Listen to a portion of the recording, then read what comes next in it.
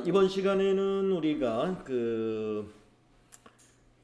근로소득세 원천징수에 관한 수업을 잠시 멈추고 우리가 앞에 시간에 평가했던 부가가치세, 부가세 신고에 대한 평가 문제 같이 한번 간단히 풀어볼게요.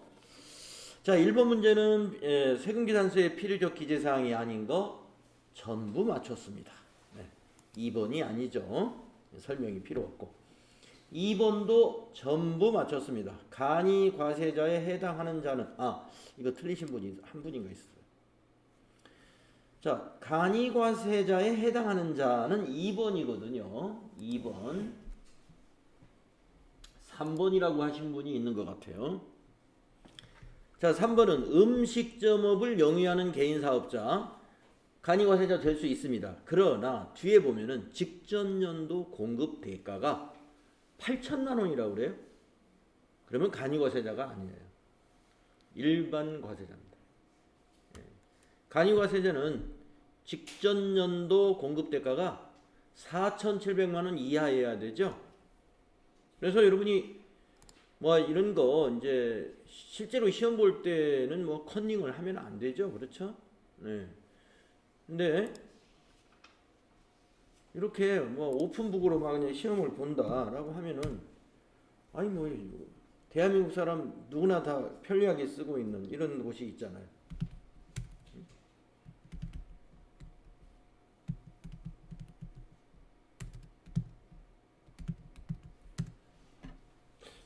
이런 거 한번 딱 이렇게 입력해 보면 금방 나오는데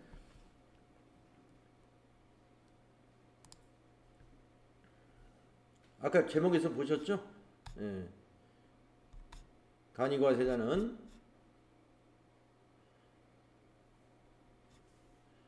어디 있어요? 예, 여기 나오죠? 직전연도 재화 또는 영유부 공급에 따른 공급 대가가 4,800만 원에 미달하는 개인사업자는 간이과세 규정을 적용받을 수 있다. 예, 여기서 직전연도는 1월 1일부터 12월 31일까지이다. 직전연도의 공급 대가가 4,800만 원에 미달하는 개인사업자니까 4,800만 원을 초과하면 어떻게 돼요?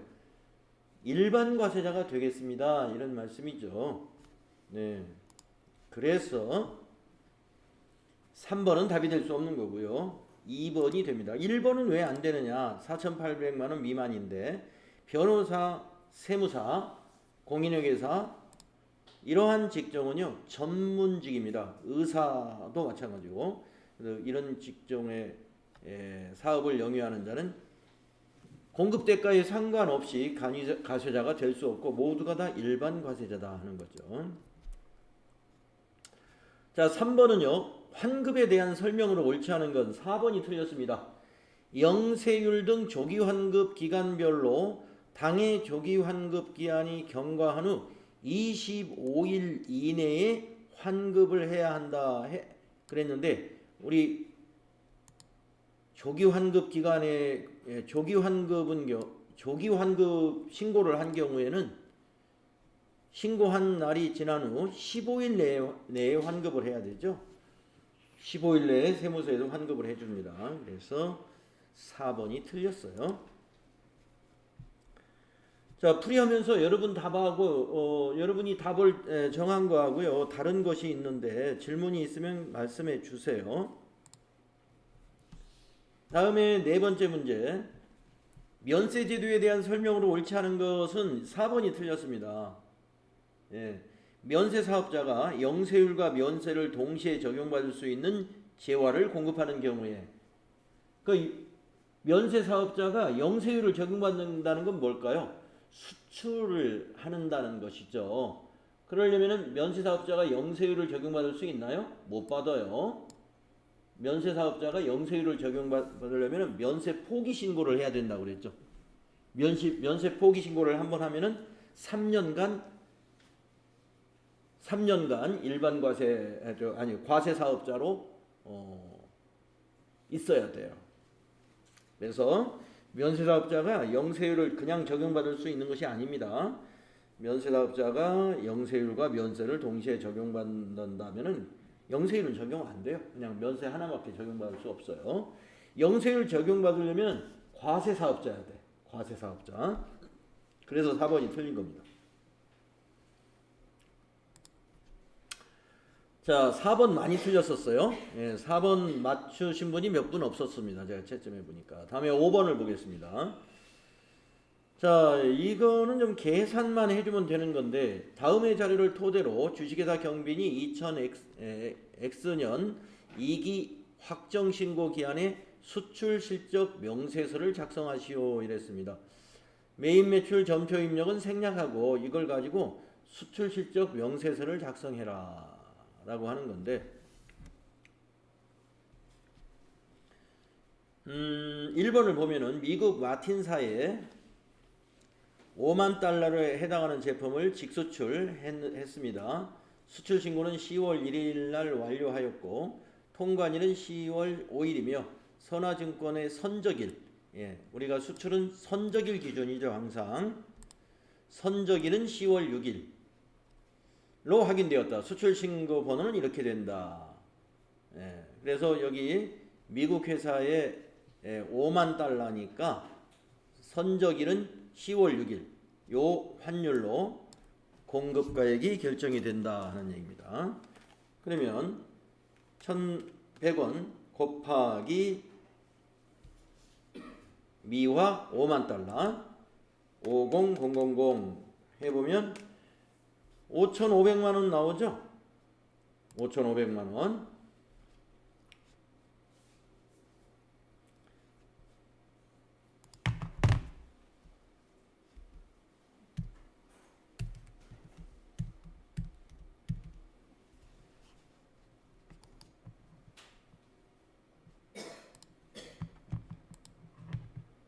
그래서 5,500만 원 메모해 놓고 글자 좀 키워야 되겠네요. 5,500만 원. 그 다음에 일본 도쿄 상사에 100만 엔에 해당하는 기계장치를 직접 수출하였는데 수출 신고는 10월 10일에 완료했고 통관일은 15일이고 선화증권상의 선적일은 10월 20일이에요. 자, 수출의 경우는 선적일 환율을 적용해서 공급가액이 결정이 된다. 자, 그래서 기준 환율과 제정 환율은 다음과 같다. 그래서 일본 엔화는 어느 적용을 해야 되냐면은 선적일 10월 20일 거 이걸 적용해야 돼요. 그러면 100엔당 1,200원이니까 1엔당 12원인 셈이죠. 그러면 여기 100만 엔에다가 12를 곱하면 되죠. 100만 엔 곱하기 12원 했더니 1200만 원입니다. 그래서 1200만 원 이 되는 것이죠. 그래서 두 개 더하면 6,700이 되겠네요. 그래서 수출 실적 명세서에 우리가 작업을 하게 되면은 이건 뭐 이 직접 입력 안 해도 그냥 여기다 직접 써볼 수 있어요. 건수는 2건, 외화 금액은 5만 달러에다가 여기 100만 엔이니까 두 개 105만 하면 됩니다. 이걸 따로 5만 엔 100만 아니 5만 달러 100만 엔 이렇게 두 줄로 쓰신 것도 맞는 걸로 했습니다. 원화 금액은 6,700 이렇게 하면 되겠죠. 다음 6번은요. 2기 확정분 대손세액 공제 신고서를 작성하시오 라고 했습니다.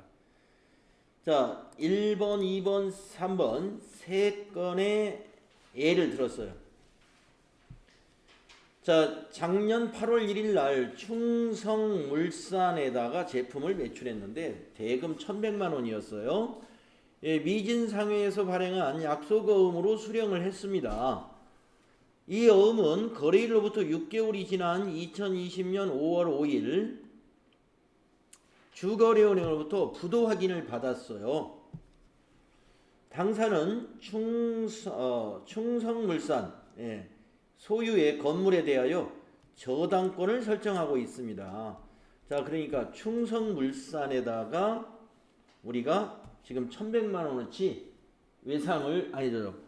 물건을 팔았는데 제품을 팔았는데 어음은 미진상회 거 어음을 받은 거예요. 배서해서 이 사람이 충성물산에서 배서해서 받은 거죠. 아무튼 우리는 미진상회께 어음이 부도가 나면요, 충성물산이 같이 배서 사인을 했기 때문에 충성물산에다가 청구하면 됩니다. 야, 이거 부도 났으니까 너네 회사에서 줘. 할 수 있는 거죠? 예. 그러면 이것은 말이죠. 지금 부도 확인을 거래일로부터 6개월이 지난 요 시점에 부도 확인을 받았어요. 그런데 건물에 대해서 저당권을 설정하고 있다라고 했잖아요. 제가 여기다가 이런 힌트를 줬습니다. 채무자 재산에 대하여 저당권을 설정하고 있는 경우에는 대손세의 공제를 받을 수 없다라고. 네. 우리 교재에서는 이게 없었어요. 그래서 아예 힌트를 이렇게 명확히 써줬습니다. 문제를 여러분이 푸는데 이 힌트가 있어야 될 것 같아서, 채무자의 재산에 대해서 저당권을 설정하는 경우는 대손세액 공제를 못 받는다라는 거. 그러니까 이거는 못 받는 거예요. 다음에 2번 외상매출금 중 3,300만 원. 이것은 영광상회 2017년 10월 1일 21일 날에 대한 것인데, 외상매출금 회수를 위해서 최선을 다했으나 결국 이 외상매출금을 회수하지 못하여 20년 10월 21일 현재 소멸시효가 완성되었답니다. 소멸시효 완성은 대손세 공제 사유가 될 수가 있어요. 그래서 요거는 대손세 공제를 받으면 됩니다. 자, 여기 힌트에다 소멸시효가 완성된 외상매출금은 대손세 공제가 가능하다. 예, 그러면 이건 어떻게 해야 돼요? 여기다 적으면 되겠죠. 이렇게 대손사유, 채권시효 소멸, 대손기준일 2017년 10월 21일, 대손확정일 2020년 10월 21일. 예, 대손기준일이 뭐냐 하면은요, 여기 영광상회의 외상이 발생한 날입니다. 10월 21일이에요. 그리고 대손확정일은 소멸시효가 완성된 날, 2020년. 그래서 우리가 이 외상매출금 같은 경우에 소멸 시기는 외상매출금 회수 약속한 날로부터 3년이 지나면 소멸시효 완성을 할 수 있어요. 그렇기 때문에 해당이 된다. 이렇게 대손금액 3,300, 대손세액 300만 원, 거래처는 영광상회.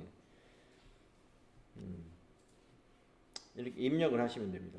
그러니까 이 대손 사유에 채권 시효 소멸이 있는지 없는지 모르겠다 하면은 여러분이 이렇게 입력을 해 보시면 되죠. 회계에서 대손 세액 공제 신고서에 가보면은, 자, 대손세액 공제 신고서는 확정 신고 기간에만 할 수 있죠. 그러니까 요게 지금 보니까 10월 달 것도 있고, 대손이 확정된 날이 10월 8월이네요. 그러면 7, 8, 9. 예. 말은 좀 안 되네요, 이게.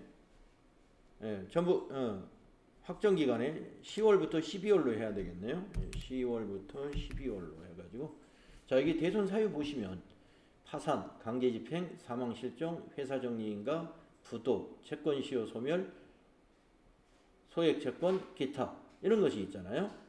그러니까 여기에서는 채권시효 소멸이었죠. 그래서 여기가 채권시효 소멸, 대손기준일 여기다 입력하시고, 대손확정일 입력하시고,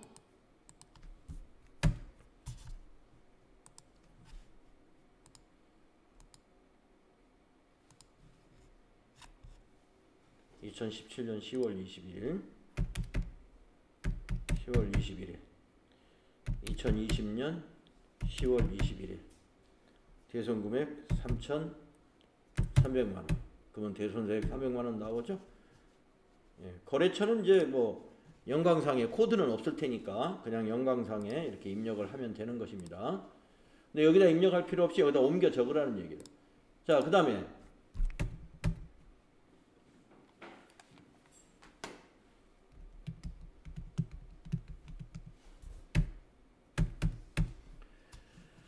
자, 그 다음에 이제 세 번째 것은 뭐였습니까? 이거였죠. 2014년 1월 3일자 상신기업에 재화를 공급하면서 발생한 외상매출금 220만 원을 회수하지 못하고 있다가 결국 2020년 8월 27일 법원에서 상신기업에 대한 회생계획 인가 결정에 따라서 회수할 수 없게 되었어요.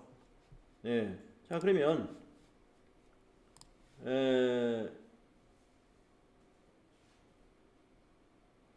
회생계획 인가라고 하는 거 회사 정리 인가라고 보시면 됩니다. 여기에. 그래서 회사 정리 인가라고 답을 쓰신 분도 있더라고요. 여기에. 회사 정리 인가. 여기서 말한 대로 회생계획 인가 이렇게 쓰셔도 되고 회사 정리 인가 이거 뭐 없으니까 회사 정리 인가 이걸로 쓰셔도 됩니다. 같은 거예요. 그리고 이제 기준일 2014년 1월 3일, 대손 확정일 2020년 8월 27일, 대손 금액 220 그리고 대손세액은 20만 원 이렇게 입력을 하시면 돼요. 자, 이거는 무슨 힌트를 줬냐면 공급일로부터 10년이 경과한 날이 속하는 과세기간에 대한 확정신고 기한까지는 대손세액 공제 요건이 확정되어야 한다라고 했어요. 그러니까 지금 2014년에 2014년에 외상매출금이 회수되지 못했고 1월 3일 날 그리고 지금 법원에서 회생인가가 결정됐다는 것은 2020년이니까 6년 됐잖아요. 6년은 10년 안에 해당이 되니까 이거는 대손세액 공제 사유가 되겠다 하는 것이죠. 그래서 이렇게 두 줄만 이렇게 입력을 하셔야 맞겠습니다. 그러면 이거는 뭐 점수 그러니까 연말 결산만 하고 이거 신고서 작성 안 하는 거예요, 이거는? 예, 대손세 공제를 못 받습니다. 그러니까 이 회계 처리만 하고 대손 처리만 하지 대손세 공제 신고서에 작성을 할 수는 없다 이거죠. 지금 여기서는 대손세 공제 신고서를 작성하는 문제니까 대손 처리는 하는데 대손세 공제 신고서는 못 받는다 이거. 아시겠죠? 자, 그 다음에 7번 문제는 한양기업은 과세 및 면세 사업을 영위하는 겸용사업자이다. 다음의 자료를 이용하여 2020년 2기 확정신고 기간에 대한 매입세액 불공제 내역 중 공통매입세액의 정산 내역 탭에 입력을 하시오. 단 2020년 2기 부가가치세 예정신고에 반영된 공통매입세액 불공제분은 20만 원이며 그러니까 지금 정산을 하라는 거잖아요. 정산. 확정신고 때 하는 거. 근데 예정신고 때 여기 예정신고 때 불공제분 20만 원을 반영을 했었어요. 그래서 공급가액 기준으로 안분 계산을 하고 있습니다. 이 회사는 입력된 전표는 무시하고 주어진 자료를 이용할 것. 이게 좀 배점을 제가 너무 많이 했는지 말이죠. 이걸 놓친 사람들이 많았었어요. 그래서 여러분들 점수가 좀 많이 낮아졌는데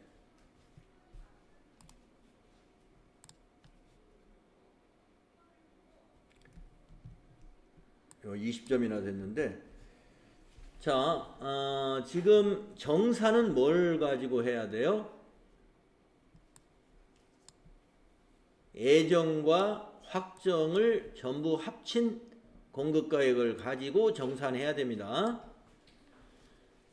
그래서 이 회사의 공급가액이 과세와 면세를 합쳐서 1억 5천이에요. 그러니까 1억 5천이 일로 총 공급가액에 들어가야 되고요. 면세 공급가액은 그 중에 5천만 원입니다. 그게 여기 면세 공급가액 안에 들어가야 되죠. 그래서 여러분이 입력을 해보면 여기 자동으로 계산이 됩니다. 50만 원, 반올림해서 50만 원 나올 수도 있어요. 한번 입력해 보겠습니다. 50만 원하고 요거 49만 9,999원하고 다 맞는 걸로 했는데요. 아마 50만 원이 나오고. 자, 이런 거 입력을 한번 해보면 되겠죠. 그래서 어디로 가느냐?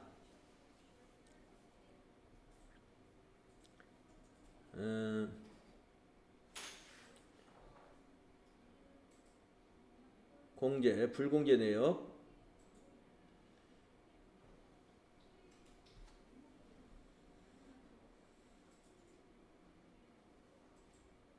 네, 매입세액 불공제 내역 여기에 있죠? 매입세액 불공제 내역에 안분계산 내역이 있고 옆에 정산이 있잖아요. 정산에다 입력을 하라 이겁니다. 그래서 정산에 여기 계산식을 기간을 먼저 입력해야죠. 확정이니까 10월부터 12월로 입력을 해보고 여기 계산식을 더블 클릭해 보면요. 1번하고 2번이 있어요. 1번하고 2번. 예. 그래서 우리가 1번 클릭을 하면 여기 면세 공급가액 기준이라고 설정이 됩니다. 면세 공급가액 기준.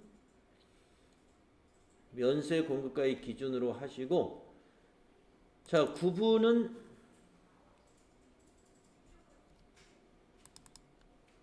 그냥 비워두세요. 총 공통 매입세액은 얼마였냐? 아까 문제에서 총 공통 매입세액은 여기 입력이 돼 있었죠. 총 공통 매입세액 150만 원이다. 여기 150만 원. 그래서 150만 원을 거기다 입력을 합니다. 1500 플러스 그리고 면세 공급가액은 여기 주어졌죠. 이 문제에서 면세 공급가액은 5천만 원이다 이거예요. 5천만 원. 여기다가 5천만 원을 입력을 하는 겁니다. 자, 정산은 6개월치를 가지고 하는 거예요. 예정과 확정의 합계 데이터를 가지고 하기 때문에 그렇습니다. 총 공급가액은 1억 5천이 되는 거예요. 예, 이렇게 넣어보면 면세 비율이 33.33333 이렇게 나옵니다. 그래서 불공제 매입세액이 49만 9,999원. 근데 50만 원으로 이렇게 하신 분도 맞는 걸로 했습니다. 자, 기불공제 매입세액은 아까 여기에서 이기 예정신고에 반영한 공통매입세액 불공제분은 20만 원이었다. 그러니까 여기다가 20만 원을 넣어줘야 되겠죠. 여기에 20만 원. 그러면 여기가 29만 9,900원이 자동으로 나오는 거예요. 그래서 공통매입세액 정산 내역에 이렇게 자료를 입력하는 거 우리 한번 해봤었어요. 아직 한 번밖에 안 해봐가지고 여러분이 갑자기 이거 해보려고 하니까 잘 안 됐던 모양입니다. 우리가 했던 거 기억나시나요?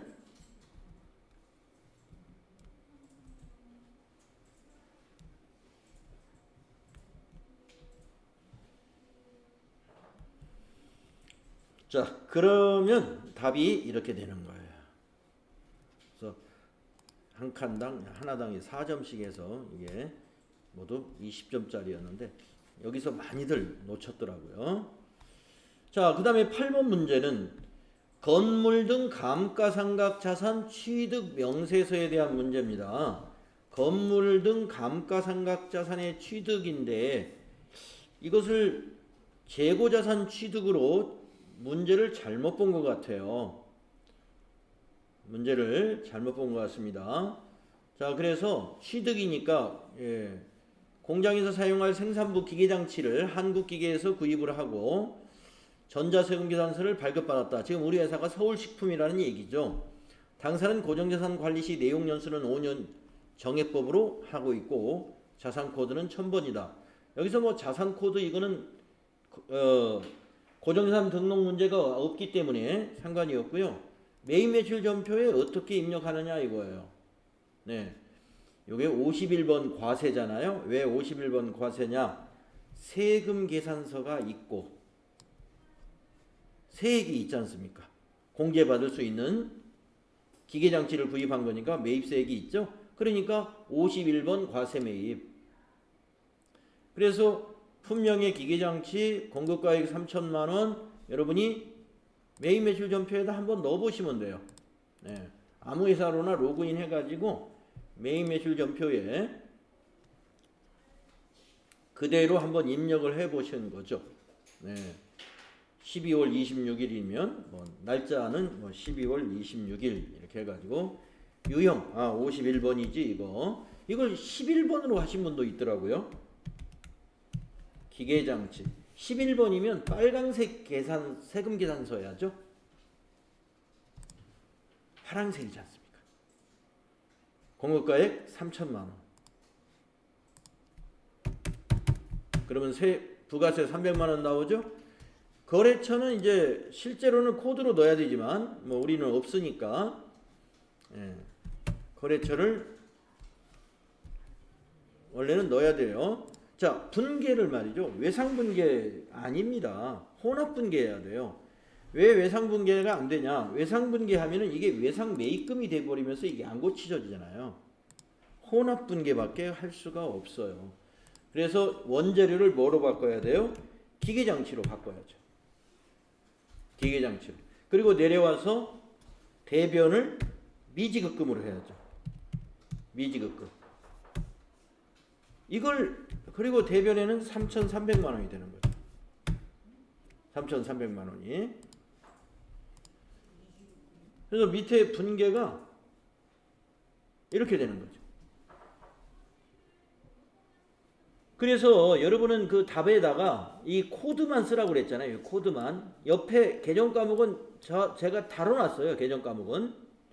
그러니까 여러분이 입력해보고 부가가치세는 135번, 부가세 대급금은, 기계장치는 206번, 미지급금은 253번. 그것만 쓰시면, 그리고 여기 금액 쓰시면 되는 거죠. 그래서 정답은 이렇게 돼야 된다 이겁니다. 여기가 51번 과세, 분계 유형은 혼합이어야 되고, 차변에 135번 부가세 대급금, 그 다음에 차변에 206번 기계장치, 또 대변에 미지급금 253번, 이렇게 해야 이 분계가 맞는 것이죠. 금액인 300만원, 3천만원, 3,300만원. 자, 그 다음에 건물 등 감가상각자산 취득명세서를 작성하라는 문제예요. 작성해보고 여기 요 두 개만 채워봐라. 그러면 이거 작성 안 해봐도 그냥 여러분 금방 공급가액 요 3,000, 세액 300 그대로 그냥 갖다가 적으면 됩니다. 이 문제.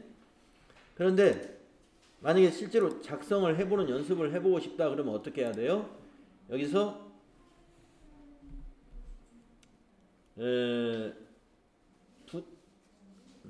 맨 밑에 건물 등 감가상각자산 취득명세서 실행해가지고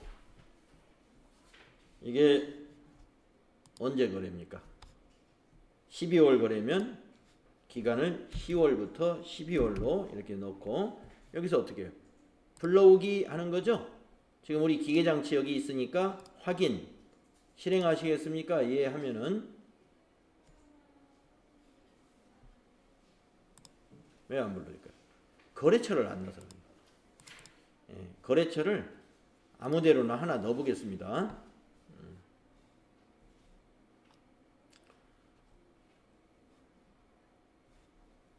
다시 10월부터 12월 불러오기 해가지고 기계장치 206번 있죠? 확인 하면 이렇게 불러와요. 거래처를 안 넣으니까 들어오지 않았었어요. 우리가 이 시험에서는 지금 거래처가 한국기계인데 한국기계 우리가 거래처 등록이 안 돼 있으니까 다른 회사를 한번 넣어보는 거죠. 그럼 이게 불러옵니다. 지금 문제는 이것만 쓰라는 거예요. 이것만 써라. 이거 쓰는 것은 굳이 여기다 작성 안 해봐도 바로 쓸 수 있었죠. 그래서 이거 12점짜리였는데 이거 맞추신 분도 많았지만 틀린 분도 많았습니다. 시간이 없어서 못 풀었는지 무슨 문제인지 몰라서 이해를 못하고 안 푸셨을 수도 있고요. 이해가 안 가는 문제는 앞으로 이제 시험 보실 때 질문을 하시면 돼요. 이 문제가 뭘 질문하는지 잘 모르겠다 하면은 포기하지 마시고 꼭 질문을 해가지고 답을 맞춰야 됩니다. 자, 김태희는 일반과세 사업자로 2019년 11월 1일에 사업을 시작하여 당일 사업자 등록 신청을 했다. 홍길동의 부가가치세법상 2019년 제2기 과세기간은 어떻게 되느냐. 자, 신규로 사업을 시작했대요. 사업을 시작한 날로부터 과세기간 종료일까지죠. 그러면 2기의 과세기간 종료일은 12월 31일이니까 사업 개시일은 12월 1일이니까 답은 2번이다. 다음 10번. 다음 중 부가가치세법상 주사업장 총괄납부 제도에 대한 설명으로 틀린 것은 이랬습니다. 이거 3번이 틀렸습니다. 이 주사업장 총괄납부 제도는요, 사업장별로 사업자 등록번호를 가지고 있어야 돼요. 근데 여기 3번은 뭐라고 그랬느냐? 주된 사업장에 한 개의 등록번호를 부여한다. 이거는 사업자 단위 과세제도입니다. 이거는 3번은 사업자 단위 과세제도. 지금 여기서는 주사업장 총괄납부 제도이기 때문에 3번은 틀린 거예요. 네, 10번 많이들 틀린 것 같아요. 다음에 11번. 부가가치세법상 간이과세자에 대한 설명 중 틀린 것은 그랬는데 2번이 틀렸죠. 간이과세자는 1기, 2기가 없어요. 간이과세자는 1기, 2기 없이 그냥 1월 1일부터 12월 31일이 과세기간이죠. 네? 네. 4번, 11번에 4번. 4번이요. 간이과세자도 영세율이 아닌 한 부가가치세율은 10%를 적용한다. 아닙니다. 이 간이과세자는요, 이 부가가치율이라고 하는 게 업종별로 간이과세는 부가가치율, 우리가 부가가치세를 계산할 때 부가가치세율 10% 적용하지 않아요. 틀린 거 찾는 거 아니에요?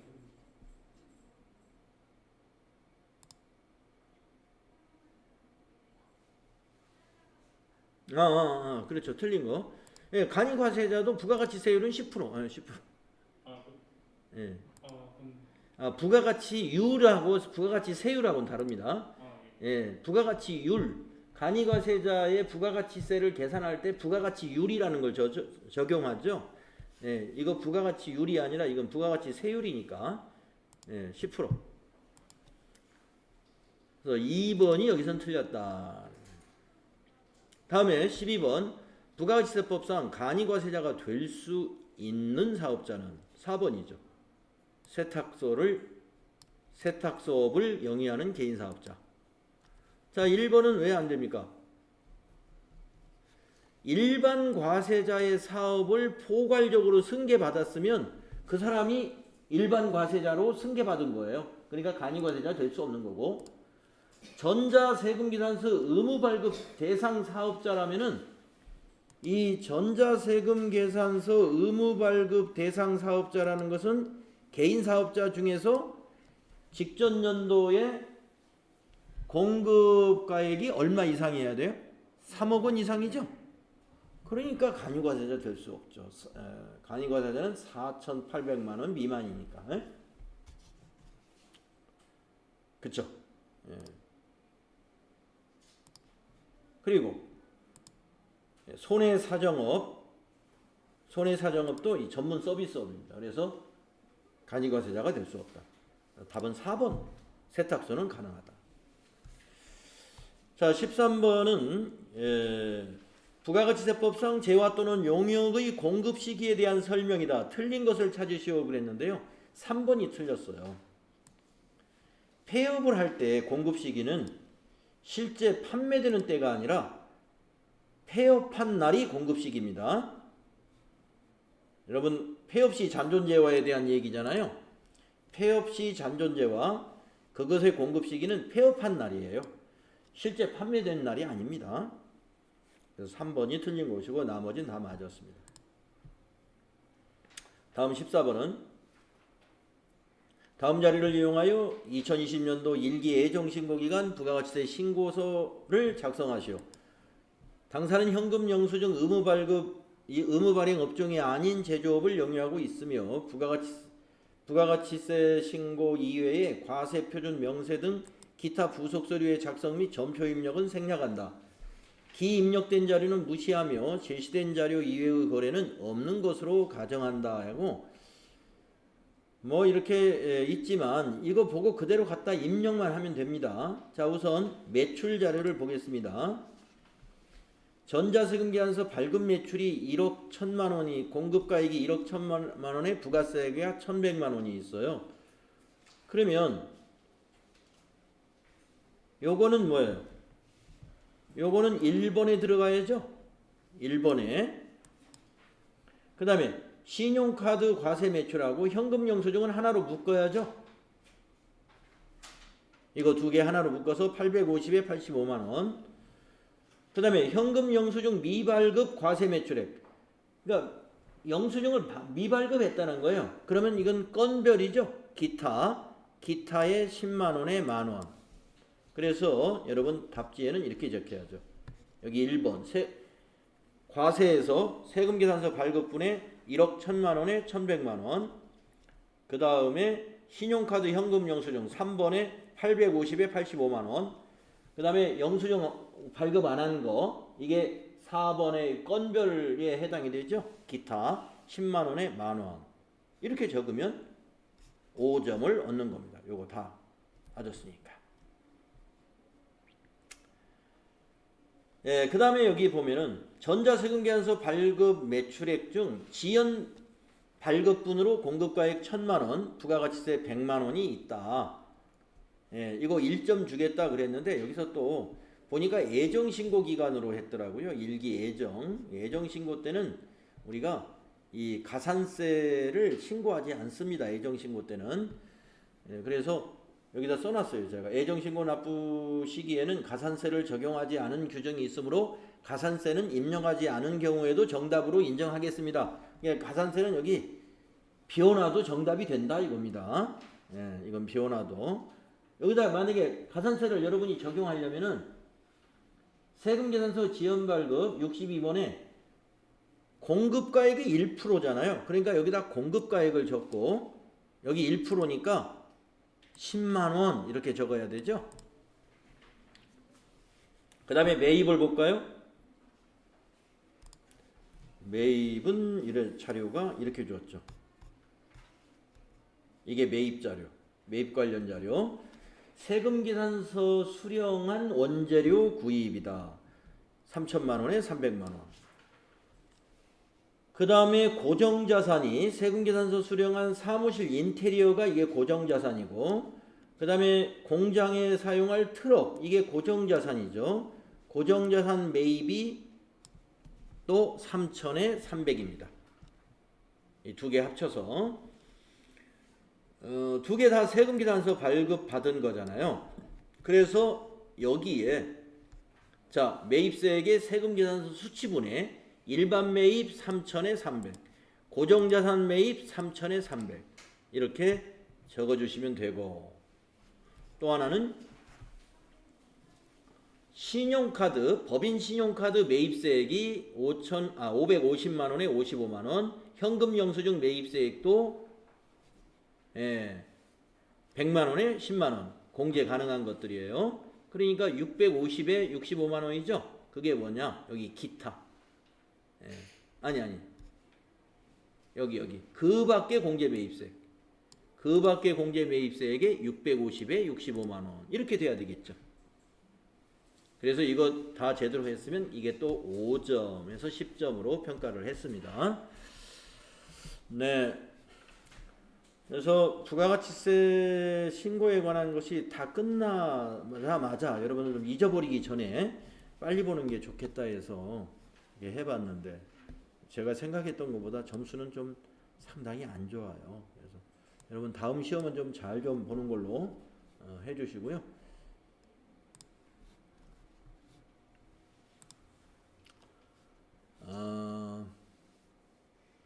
풀이를 하다 보니까 또 쉬는 시간이 다 됐습니다. 그래서 지금 아예 10분간 쉬고요. 다음 시간에 급여 자료 입력을 해보는 걸로 같이 해보도록 하겠습니다. 10분간 쉬었다 하겠습니다.